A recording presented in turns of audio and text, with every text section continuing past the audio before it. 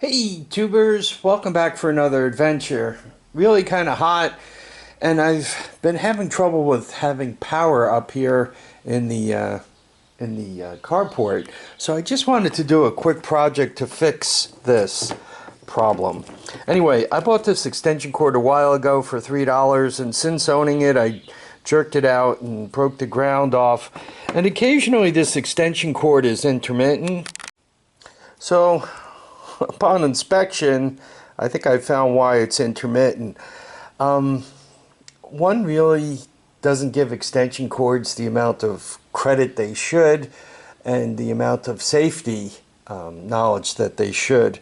Honestly, if I'm walking through wet grass, my hands are wet, and I get a good jolt through this, depending on your health, depending on how well you're hooked up to ground and everything else. The least it'll make you do is dance. The most it'll make you do is meet your maker. So, you know, try to inspect your cords once in a while and fix up some of the problems. Here is the best way to fix this. Just cut this right off. Don't fool around. All the trouble has been cut off this extension cord. Right, and here's the end. There were a couple of splices here. This is where the wire was burned up. So you want to get rid of that stuff first, and then you want to see if the cord is any good. So put the meter on the lowest value, checked each one of these wires from one end all the way to the other, and I got 0.3 ohms. That's about as good as you're going to do. That's a 50-foot 14 gauge extension cord. That's really pretty good. So that's all done. Now when it comes to wiring it up, there are a couple little tricks that I like to use. Remember, the black wire is death. Easy way to remember that is you're underground. And it's kind of dark underground. The white wire is neutral, green is ground. Obviously that's going to be ground. You should have no trouble remembering ground. Neutral is on the left, and once again, hot is black, and it's on the right.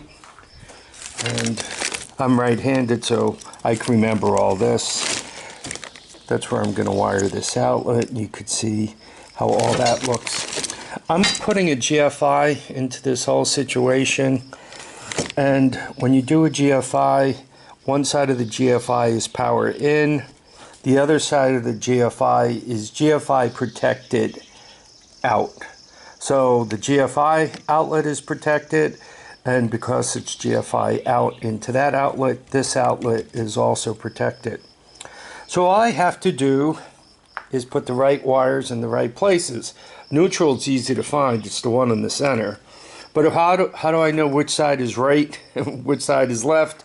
And then when I get all the way over to this side, how do I know which side is right, which side is left?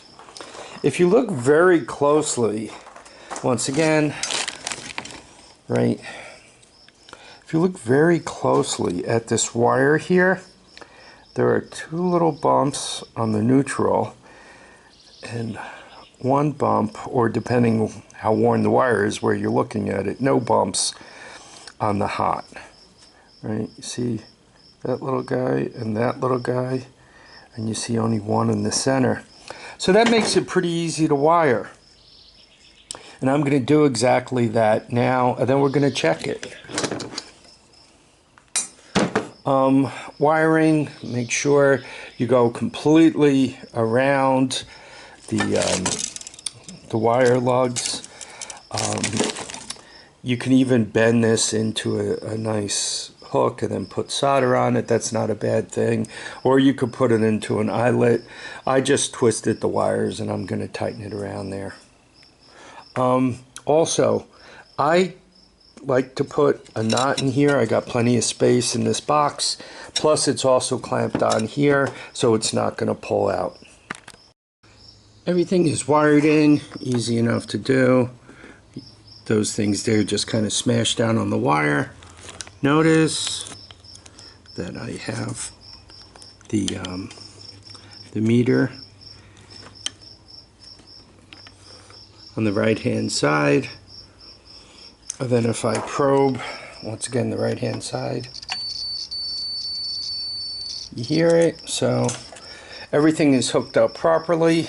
I'm gonna put this together. Before I finish putting this together, I'm gonna use the tester on it to make sure all my lights are lit up. We should be all set.